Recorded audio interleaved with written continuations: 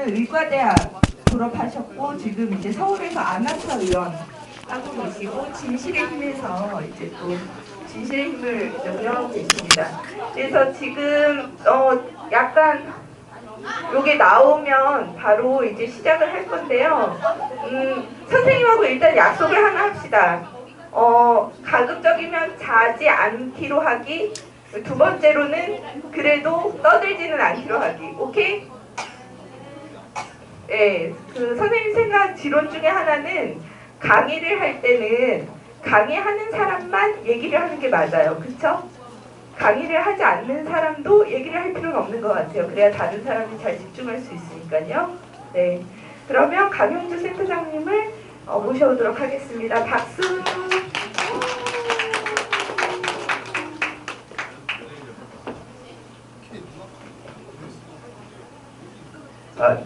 반갑습니다. 광주 트라우마 센터 강용주입니다. 저는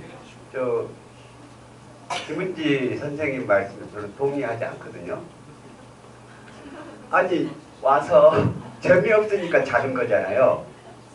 그리고 집중할 수 없는 얘기를 하니까 떠드는 거잖아요. 그래서 그건 앞에 와서 말하는 강사 잘못인데 왜 학생들한테 자지 마라, 떠들지 마라, 이건 저는 아닌 것 같아요. 그래서 저는 아닌 것 같아요. 재미없으시면 주무셔도 되고요. 그냥 아이고 저 엑소소리 그만 들어야겠다고 두 분 얘기하셔도 되고, 저 핸드폰 있어서 뭐 검색하셔도 돼요. 저는 광주 트라우마 센터인데요. 제가 여기로 오면 광주 5.18 들어보셨어요? 예. 전 여기 올 때 너무 마음이 무거웠어요. 35년 전에 제가 꼭 여러분 나이 때 5.18을 겪었어요. 광주에서. 그때 제가 고등학교 3학년이었거든요. 그 5월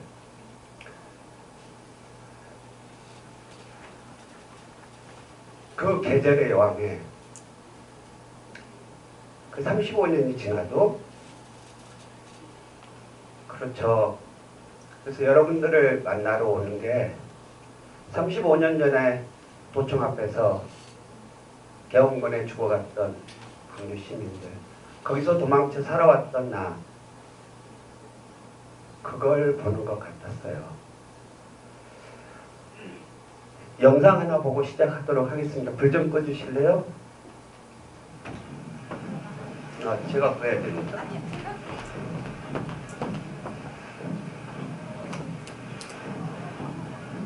소리 좀 키워주세요.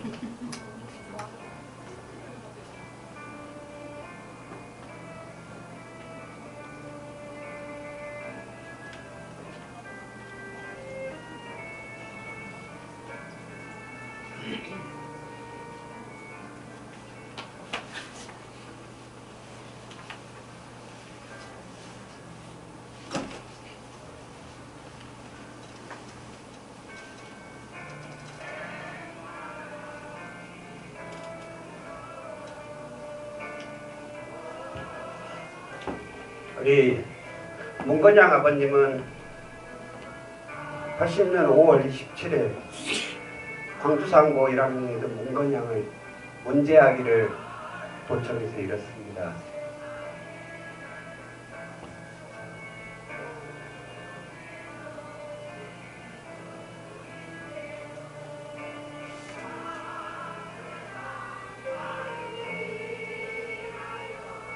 우리 임어머니는 5.18 당시에 최초로 5.18 때 돌아가신 자식의 어머님이십니다.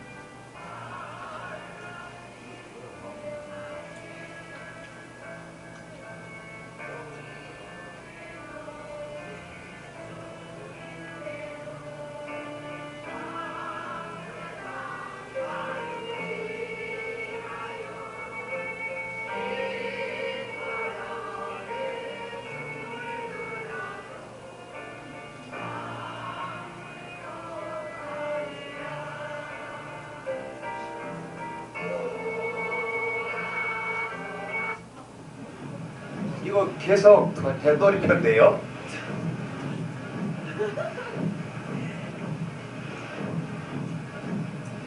이거 조금 이따 듣도록 하겠습니다.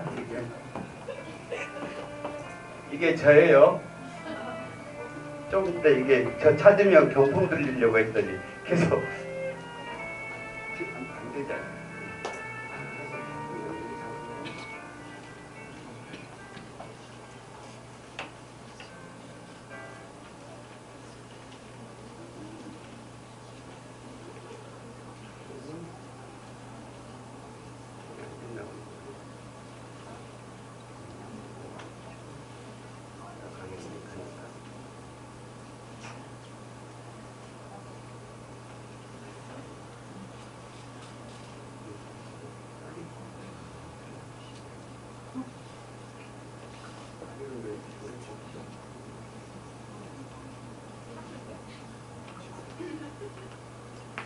불 좀 켜주세요.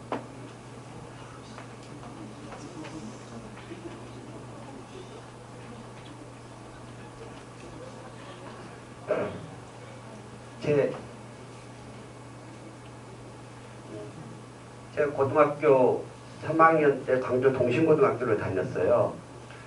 5월 18일 날 광주에 가면, 서울에 가면 명동이 있고, 안산은 어디죠? 어디라고요? 광동? 중앙동?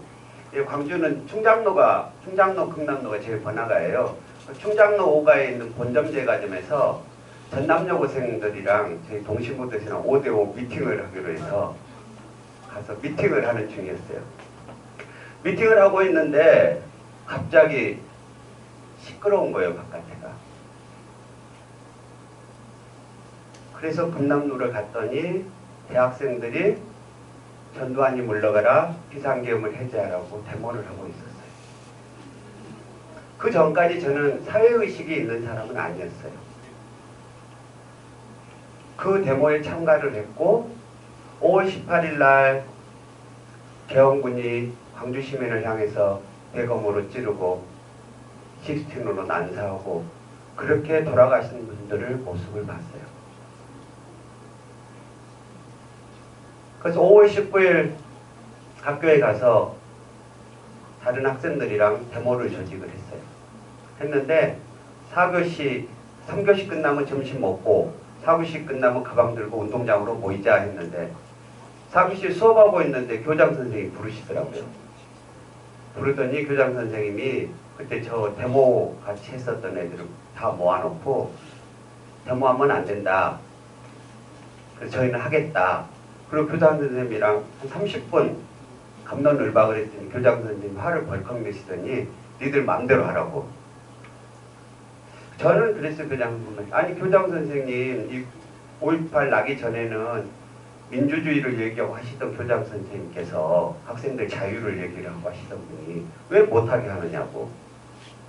그리고 교실로 돌아갔는데 교실이 조용해요.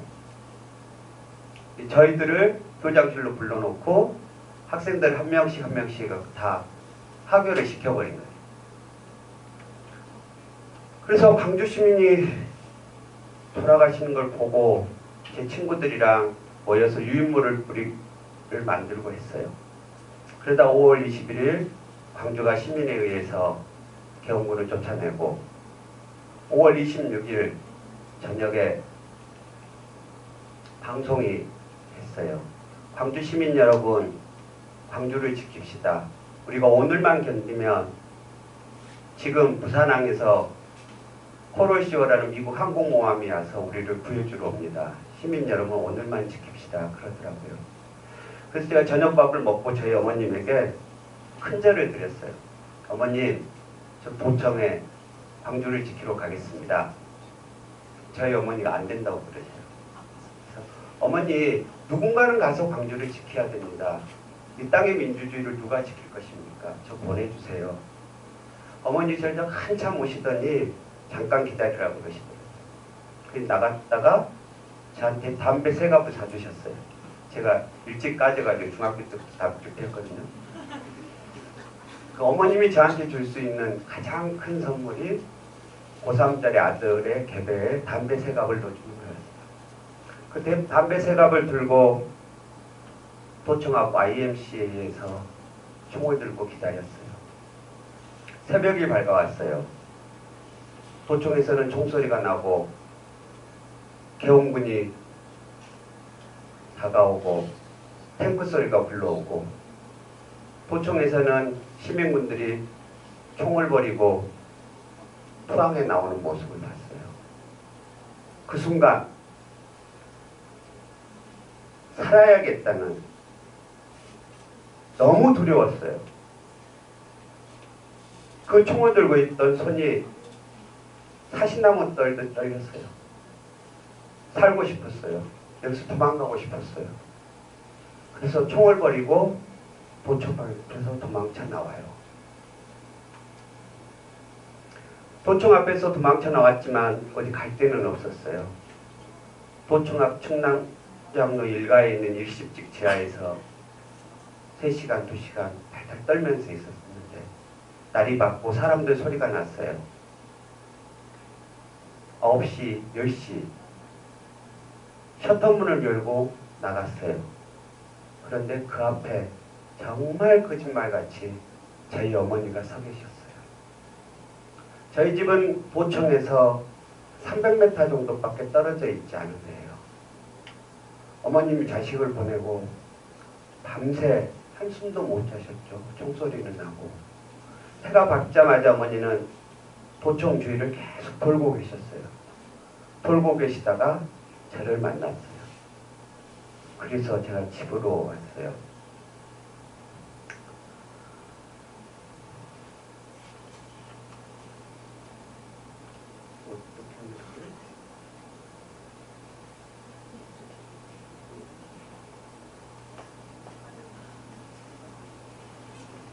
좀 넘겨주실래요?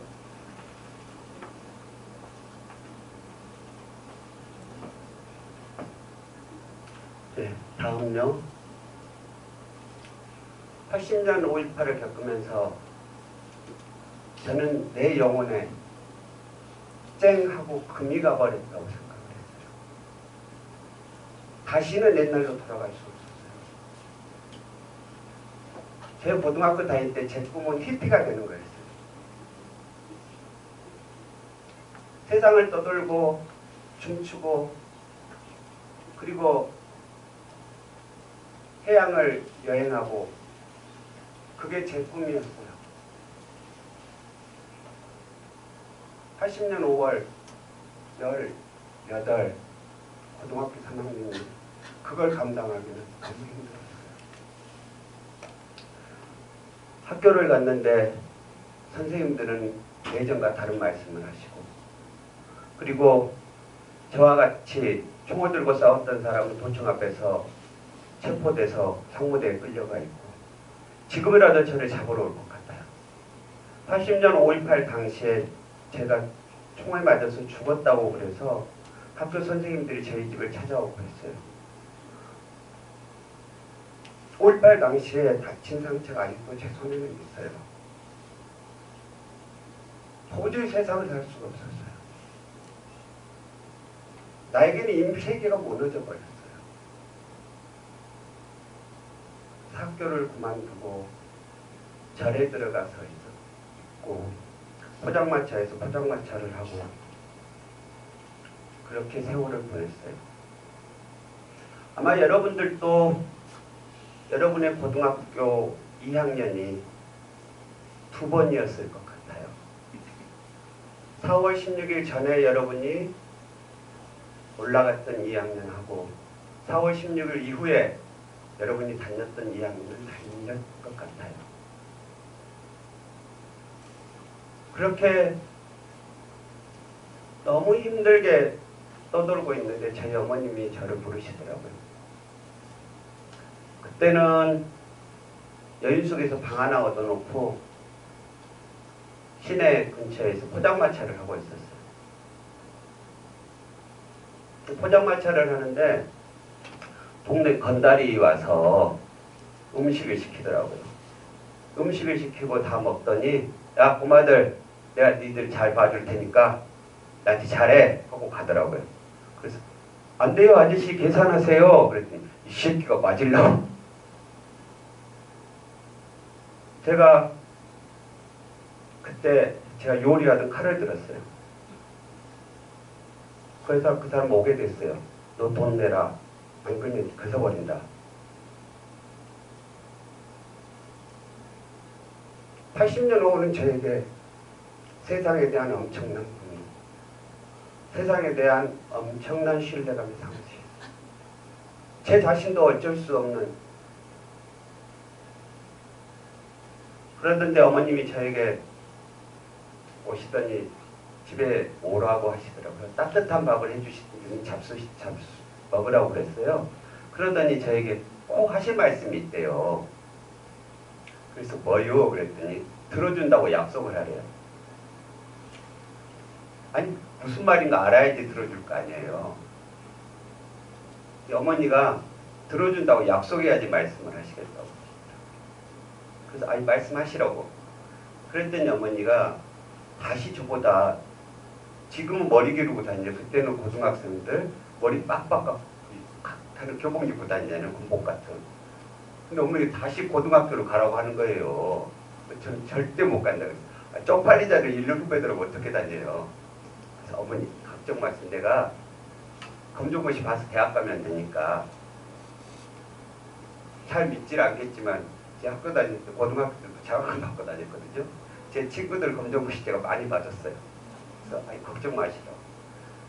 저는 아버님을 제가 고등학교 1학년 때 아버님이 돌아가셨어요. 어머님이 저만 믿고 사신 거죠. 어머니가 펑펑 우시고 소리 한마디 없이 눈물만 흘리고 있는 거예요. 제가 어머님한테 그랬어요. 그래 죽은 사람 소원도 들어준다는데 어머니 소원 못 들어줘. 어머님한테 어머니 이번이 마지막입니다. 내가 어머님한테 들어주는 마지막 소원입니다. 다시는 나에게 이름 부탁하지 마세요. 하고 제가 고등학교를 2번 다녔어요. 2번째 고등학교 다닐 때는 1년 후배들하고 다니니까 애들하고 말을 한 번도 안 섞었어요. 1년 동안 입 다물고 다녔거든요. 그리고 대학을 갔어요. 대학에 가서 저는 광주 시민을 학살한 전두환이를 용서할 수가 없었어요. 나의 모든 전제를 바쳐서라도 전두환을 싸우고 전두환을 무너뜨리고 싶었어요. 나에게 총만 있다면 전두환을 찾아가서 26년 영화처럼 쏴버리고 싶었어요. 또 밤이면 힘들면 망월동에 가서 소주 한 병 사놓고 밤새 울었어요. 80년 5월 당시에 5월 27일 도청에서 다른 시민분들이 죽어갈 때 총을 버리고 도망쳐 나온 내 자신을 용서할 수가 없었어요. 살아남은 자의 부끄러움이 저를 학생운동을 하도록 했어요. 학생운동을 해도 아주 가격하게 했어요. 그래서 학생운동을 하다가 국가대학 3학년 때 구미학생 간첩단 사건으로 구속이 돼요. 보시다시피 저 뿔은 나지 않았어요. 제가 사건 났을 때까지 저는 광주를 떠나본 적이 없어요. 재판을 받는데 검사가 저에게 이렇게 얘기하더라고요. 네가 아무리 억울하다고 해봐도 벗어날 방법이 없다. 자기가 시킨 대로 인정을 다하면 구형을 적게 해주겠다고. 전 못한다 그랬어요. 검사가 다시 보충신문 할 때도 더 싸웠어요. 검사가 저에게 사형을 구형을 했을 때 제가 외쳤던 말은 그거예요. 광주시민 학살한 전두환을 타도하자. 최우준수를 하고 이문열 행진곡을 불렀어요.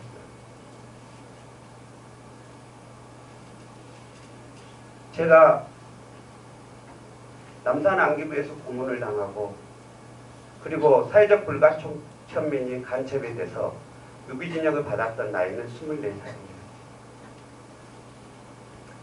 남산 서대문 독립공원에 가면 제가 살던 방이 아직 남아있어요. 오스카 와일드는 이렇게 얘기를 하죠. 우리에게는 다만 하나의 슬픔의 계절이 있을 뿐이다. 우리는 해와 달까지 빼앗겨버린 것 같다. 그렇게 살았어요. 다음요. 저는 감옥에서 다시 일어나고 싶었어요.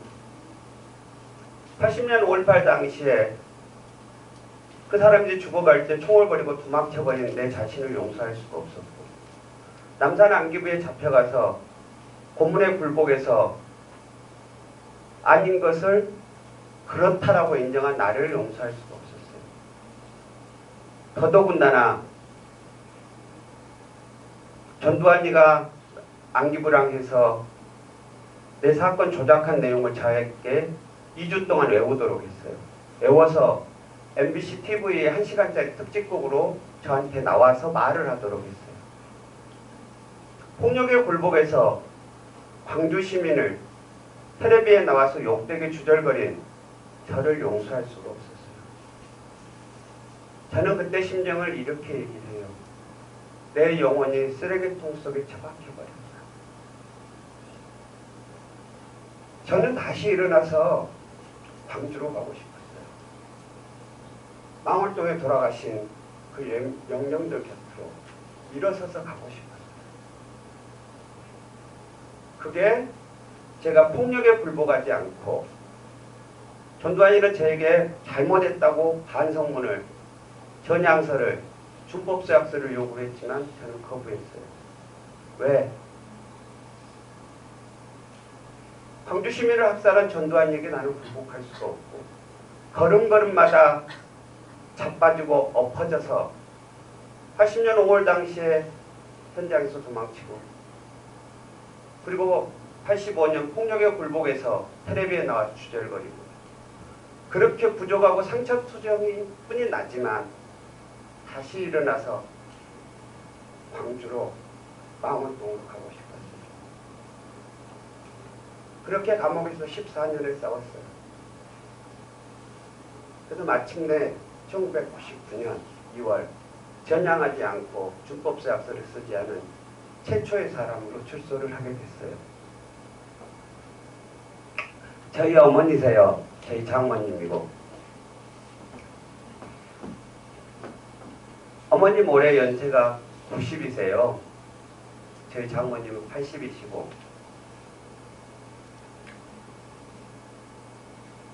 세상의 진흙탕 속에 빠지고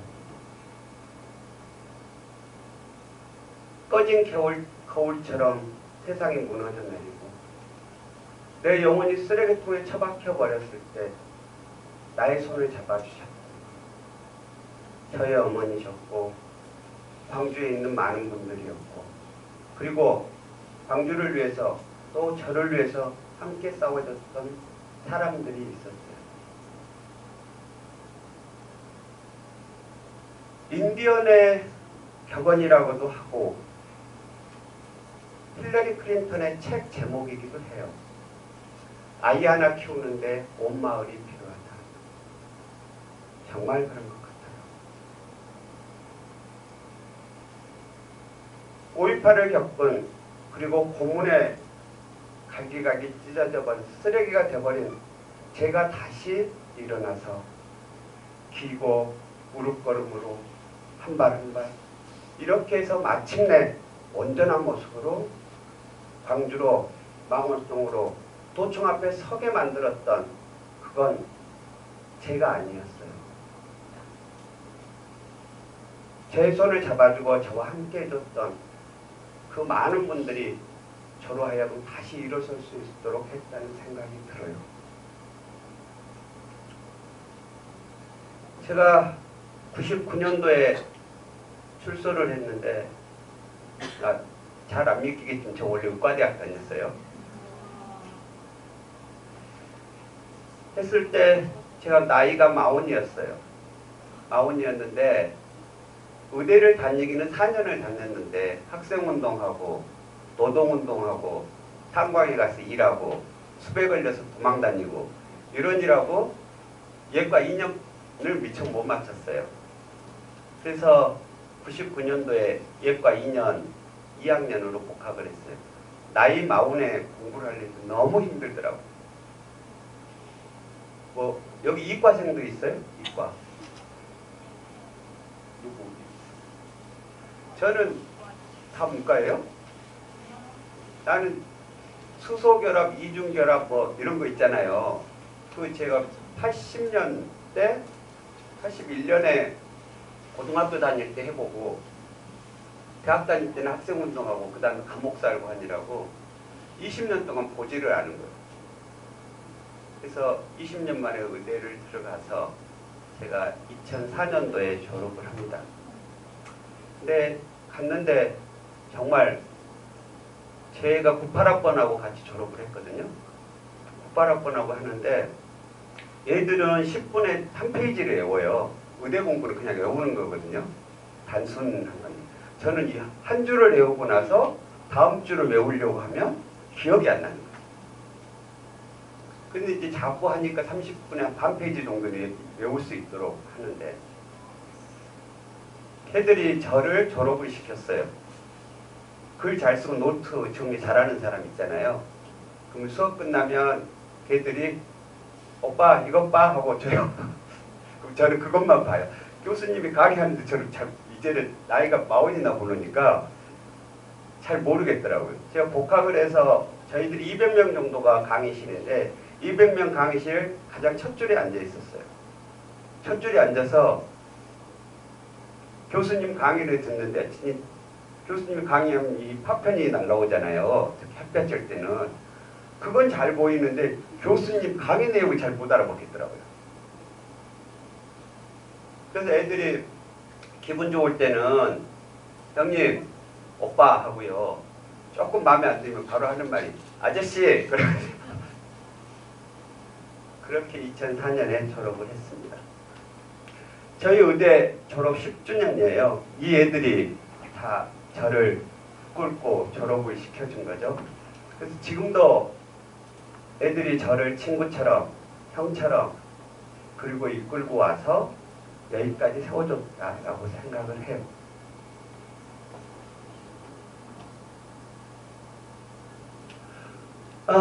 저는 2008년도에 세계인권선언 60주년, 네, 세계인권선언 60주년 기념 홍보대사를 했어요. 저랑 같이 홍보대사를 하신 분은 앙드레 김, 김봉남 씨 아시죠? 앙드레 김, 그 다음에 먼 나라 이웃 나라, 그리고 김미화 씨 이렇게 4명이서 했었는데 했었어요. 그런데 이 재밌는 에피소드는 이걸 하기로 했다고 2008년도 7월 달에 위촉장을 준다고 오라 그러더라고요. 했는데 사흘인가 남겨놓고 다시 연락이 왔어요. 잠시 연기를 하겠다고, 일이 생겼다고. 근데 뭐 했는가 했더니 이명박 정권이 들어서고 나서 국가인권위원회에 대한 이런 일들이 있으면서 앙드레 김이 세계인권선언 60주년 홍보대사를 하겠다고 맡겠다고 했는데 주변에 있는 강남 친구들이 야, 그 빨갱이 조직을 왜 하냐고.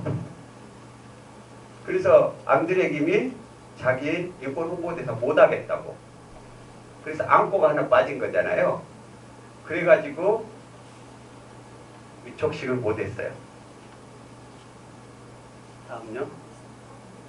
그런데 1년 반이 지난 2010년도에 감사패를 주더라고요.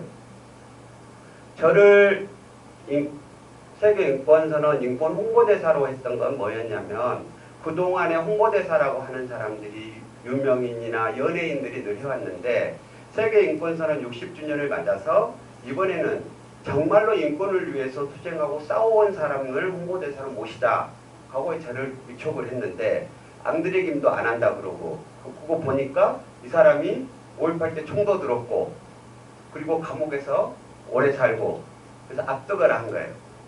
그래서 그 이후에 2010년까지 행사에 한 번도 저를 불러주질 않았어요. 그랬는데 감사패를 주잖아요.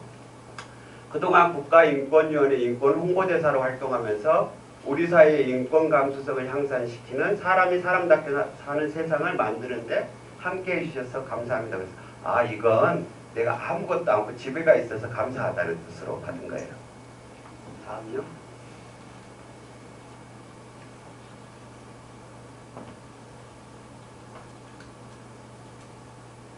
사람이 살다 보면 시련이나 좌절이 없을 수는 없어요.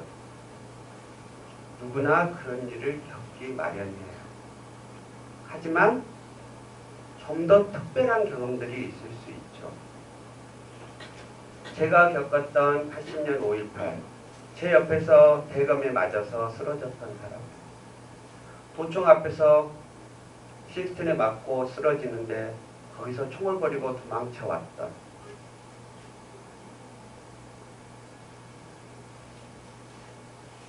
하지만 사람은 거기에만 머물러 있지는 않아요. 물론 지금도 아파요. 저는 지금도 5.18 얘기를 하면, 80년 5월 얘기를 하면 숨이 팍 막혀요. 저 출소하고 망월동 가고 그 이후로 99년부터 지금까지 15년이 지났지만 트라우마 센터장으로서 공식적으로 꼭 가야 하는 경우 말고는 저 망월동 안 가요. 도청 앞으로 잘 가지도 않아요. 그렇지만 80년 5.18이 전두환이 국가 권력이 그 상처와 트라우마가 여전히 저를 아프게 하지만 저는 거기서 한 발짝씩 한 발짝씩 걸어서 나왔어요. 저는 단순한 피해자는 아니에요.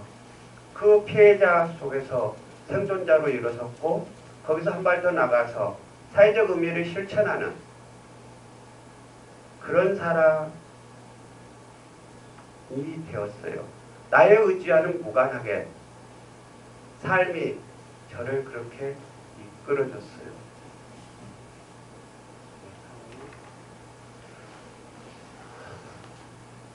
많은 이런 트라우마를 겪으신 분들이 이렇게 이야기를 합니다. 그 상처 속에서 한 발짝 한 발짝 일어나게 됐다고. 제가 99년도에 출소를 안동교도소에 했는데요. 교도소를 찾아가면 제가 그때 살았을 때 편지, 면회 오는 거 이런 저에 관한 기록, 여기 단원과에서 학생들이 자기 학적부 띄잖아요. 그렇게 띄면 줘요. 복사를 해주는데 10년이 지나면 중요 자료만 국가기록으로 넘기고 나머지는 다 없애버려요. 근데 출소한 다음부터 그래 안동교도소 가서 내가 자료를 띄워야지 했는데 못 갔어요. 우리 와이프가 이번에 휴가 받으면 거기 가서 안동교도소 가서 자료 띄워야지. 이번에 갈게 해놓고 이 핑계 대고 저 핑계 대고 안 가요. 그렇게 10년이 지나도록 제가 안동교도소를 못 갔어요. 그 자료를 못 띄웠어요.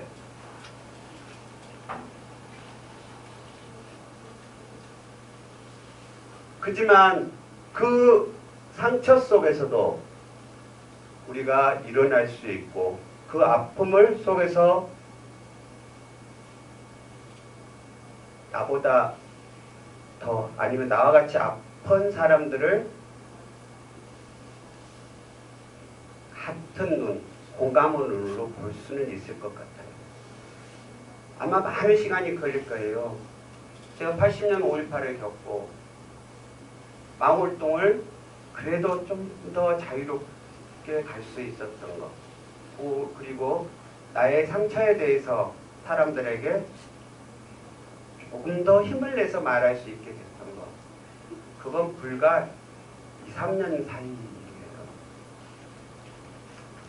30년 동안 정말 한 걸음이 아니라 1mm씩 그래서 30년이 지나서야 겨우 일어날 수 있었어요. 많은 세월이 걸릴걸요. 하지만 우리가 결코 포기하지 말아야 될 건 있다고 생각이 들어요.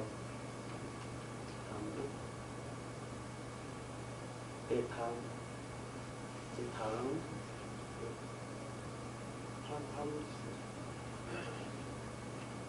여기 진실엠이라고 하는 분들은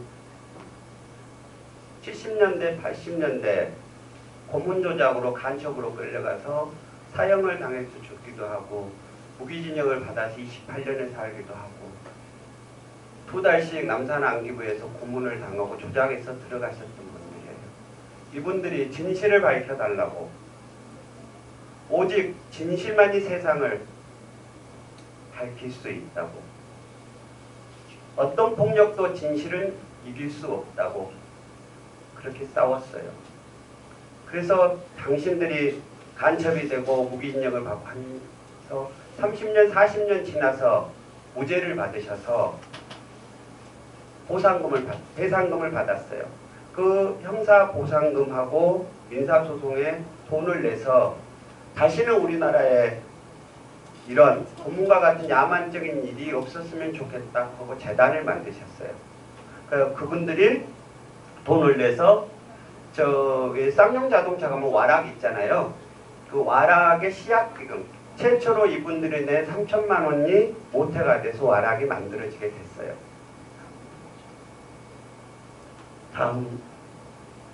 그리고 이 진실의 힘에서는 이 고문 생존자들 그리고 고문과 싸워온 사람들에게 존경과 감사의 마음을 담아서 진실의 힘 인권상이라는 걸 시상을 하고 있어요. 다음요. 여기 광주에 가시면 5.18 영창이 있어요. 5.18 당시에 상무대에서 그 영창에서 두드러 맞고 고문당하고 하셨죠. 그 5.18 실명군으로 들어가서 영창에 갇혀 계시던 분이에요. 지금은 사람들이 오시면 그 영창을 설명해 주시는 그 영창의 생활을 얘기하고 5.18 당시를 얘기하시는 일을 하셔요. 그리고 자원봉사를 하세요. 다음요. 다음. 네, 다음요. 네, 다음. 그래요. 저는 그런 얘기를 하고 싶어요. 한 사회의 품격이라고 하는 건 뭘까? 그 사회가 물질적으로 성장을 하는 걸까? 그 사회가 인터넷 속도가 얼마나 빠르냐에 달려있는 걸까?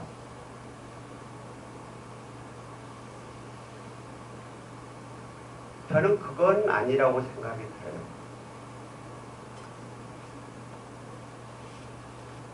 행복에 관한 기준들이 여러 가지 있잖아요. 그런데 행복지수가 높은 나라들 같은 경우 물질적으로 아주 고도한 소비를 하기보다는 사람과 사람 사이의 관계가, 지지가 그렇게 돈독했을 때 훨씬 행복지수가 높은 걸로 되어 있어요. 그런 사회, 그런 품격 있는 사회가 트라우마의 피해자를 대하는 자세라고 하는 것은 저는 존경과 감사의 자세라고 생각이 들어요. 이 버스는 광주에서 버스를 타면 5.18 영령들이 계시는 망월묘역에 가는 518번 버스예요.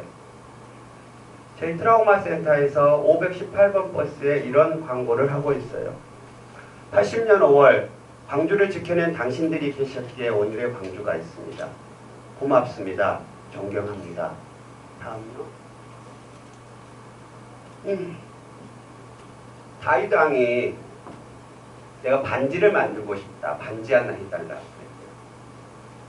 근데 이 반지는 내가 승리했을 때 자만하든가 교만하지 않도록, 그리고 내가 좌절이나 슬픔에 빠졌을 때 용기를 잃지 않도록 그런 글을 넣어서 반지를 만들어주라 라고 얘기를 했어요. 반지 세공사가 열심히 해서 아주 좋은 반지를 만들었는데 어떻게 그 말을 새겨야 할지를 몰랐어요. 그래서 다윗의 아들이 솔로몬에게 얘기를 했어요. 기쁠 때나 슬플 때나 자신을 돌볼 수 있는 그런 말이 뭐가 있을까요? 했더니 솔로몬이 이렇게 얘기를 했대요. 이 또한 지나가리라.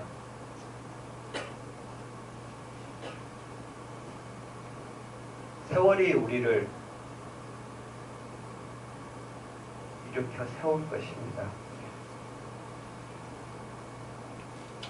여기는 버지 아에네이드라고 하는 어느 책은 로마 신화를 보면 로마 건국, 늑대의 개를 먹고 자라서 로마를 건국한 사람에 관한 시를 모아놓은 책이 있어요. 거기에 나오는 구절이에요. 시간의 흐름이 그대들에 대한 기억을 결코 지우지 못하리라. 이건 그라운드 제로, 뉴욕에 9.11 사건이 나서 월드 트레이드 센터가 다 무너져 내렸잖아요. 10년이 지나서 거기에서 9.11 메모리얼 홀을 만들죠. 9.11 기념관을 만드는데 그 9.11 기념관에 헤드에 새겨져 있는 글이에요. 그래요. 우토야 섬에서는 2011년 노르웨이 오슬로 시내에 한강보다 작은 강이 흐르는데 그 강에 여의도 같은 작은 섬이 있었어요. 그 작은 섬에서 청년 학생들 수련대회가 열리고 있었는데 이명박을 존경하는 레이캬비크라고 하는 사람이 거기 가서 70여 명의 청소년들을 학살을 해요. 1년이 지나서 그 우토야 섬으로 가는 시위여행을 가고 그 일주기 때 노르웨이 수상이 이렇게 말을 합니다. 우리의 약속은 이것입니다. 죽은 자들을 기억합시다. 그리고 우리의 삶을 누립시다.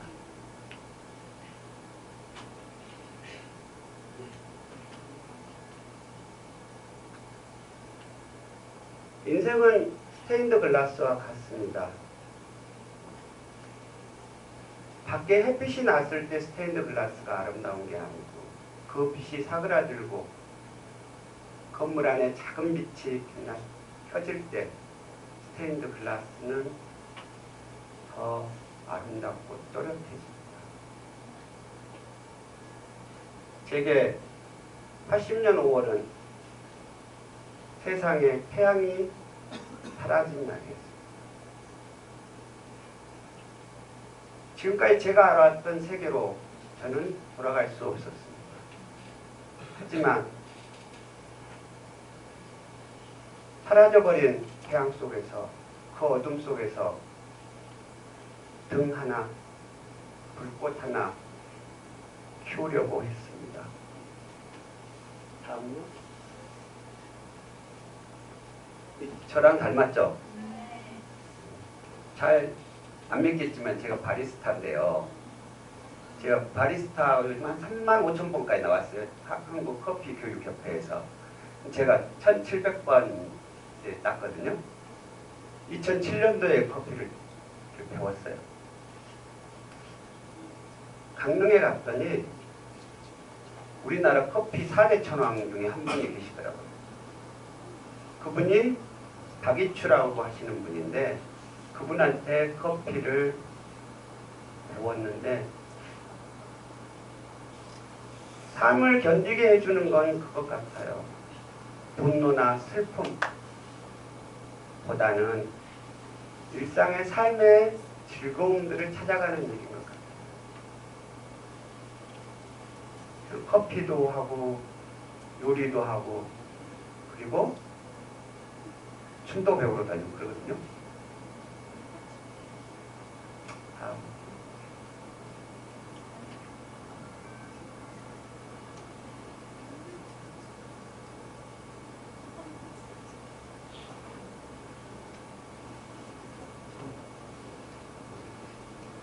예, 저기 제가 드리고 싶은 마지막 얘기 드릴게요.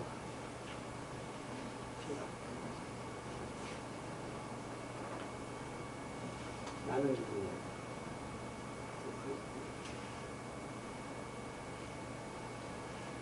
다 서울로 가시죠? 학교? 아, 그러세요? 그럴 것 같아요. 저도 80년 5월을 겪고 대학에 갔는데 저는 대학의 낭만을 겪어보지 못했어요. 겪을 수가 없었어요. 여러분이 대학에 가시면 다른 사람과 같은 대학에 대한 설레임, 새내기로서 설레임도 있으실 거지만 또 하나는 여러분들이 살아남은 자로서, 생존자로서 갖는 세계에 대한 두려움이 있을 거예요. 지금 여기 단원고라고 하는 어찌 보면 안전한 울타리인 거죠. 거기에 나가서 맞닥뜨릴 두려움이 있을 것 같아요. 저는 여러분들이 대학생이라는 설레임하고 생존자라고 하는 두려움, 그 둘 중에 어느 것도 버릴 수는 없는 그런 거라고 생각이 들어요. 세상을 나가면 사람들은 물어볼 거예요. 아, 안산에서 왔어? 그래? 어디 다녔는데? 단원고? 그래? 하고 어째요? 힘들었겠어요. 하는 동정. 관심과 그것도 힘들 거예요. 하지만 세상에는 많은 사람들이 있어요. 그 사람들의 일부는 세월에 대해서 폄하하기도 하고 비난하기도 해요. 그 비난과 폄하에 상처받지 마세요. 이런 한쪽에서 동정, 위로, 또 불편해요. 또한 비난과 폄하도 불편해요. 저는 여러분들이 세상의 중심을 밖에다 두지 말고 여러분 가운데에 뒀으면 좋겠어요. 그래서 그 세상을 열어가는 중심, 세상을 만들어가는 과정에 중심에 여러분들이 있었으면 좋겠다, 그런 생각이 들어요. 나는 여러분들이 제가 그랬듯이 그 죽음 같은 고통을 건너왔어요. 그 자부심 있으면 좋겠어요. 제 네이버 아이디가 써노브 518이에요.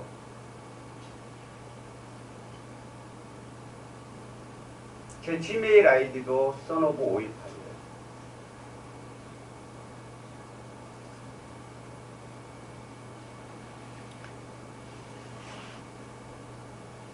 여러분의 자부심, 여러분들이 살아있어서 그걸 증언해 줄 수 있었고 그걸 얘기해 줄 수 있었어요.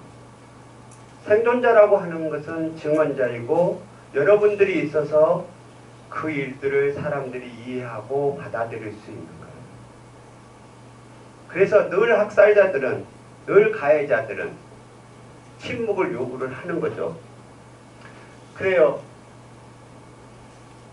여러분들은 자부심을 가지고 힘을 갖고 살아가셔도 돼요. 여러분은 다른 사람들하고 달라요. 누구도 갖지 못한 그런 특별한 탤런트, 특별한 능력을 받은 거예요. 세상의 고통에 대해서 공감하고 아파할 수 있는 능력을 가졌다는 것. 그건 삶의 축복이라고 생각을 해요. 적어도 저한테는 그랬어요. 물론 힘들죠. 눈물 나고. 그렇지만 그런 힘이, 그런 타인의 고통에 공감할 수 있는 능력이 나에게 생겨났다. 그건 감사한 일이었어요. 그 다른 사람의 아픔에 공감하는 능력, 그게 여러분이 세상을 살아가는 가장 큰 힘, 큰 자산이 될 거라고 믿습니다. 네. 그래요. 아무리 고통스러워도 삶은 계속돼요. 박완서 씨가 소설에 썼어요. 자기 큰아들이 레지던트 3년차 때 내과 의사인데 교통사고로 죽었어요. 남편이 죽은 지 몇 개월 뒤에 그것도. 남편이 죽었던 건 아무것도 아니고 아들이 죽으니까 하늘이 무너졌는데 보니까 어느 날 아무렇지 않게 밥을 먹고 있는 자기를 보고 울었다라고 얘기를 하셔요. 이 또한 지나가는 거고 삶은 계속되는 거예요. 나는 여러분들이 대학이라고 하는 여기를 벗어난 더 큰 세계에서 나비가 애벌레의 허물을 벗고 세상으로 나가듯이 그렇게 자신만의 삶을 가져줬으면 좋겠어요. 그래서 혹시 제 병원이 서울 안아파의원이니까요. 술 고플 때나 아니면 힘드실 때 연락을 하세요. 그러면 저랑 그리고 제 주변에 젊은 대학생들이 많거든요. 그래서 형 오빠 하면서 같이 만날 수도 있어요. 여러분에게 주어진 원하지도 않았고 선택하지도 않은 그 정체성, 그것을 외면하든가 회피할 수는 없다는 생각이 듭니다. 그걸 안고 힘들지만 우리의 삶을 걸어가는 겁니다. 원래 인생이라고 하는 것은 무거운 짐을 지고 머나먼 길을 걷는 것과 같다고 합니다. 그 짐이 다른 사람보다 좀 더 무거울 뿐입니다. 감사합니다. 질문이나 뭐 하신 말 빨리 끝내는 게 좋긴 하겠지만 그래도 한 사람만 하시고 끝내도록 하죠. 아, 그럼 안 끝나는데. 네, 알겠습니다.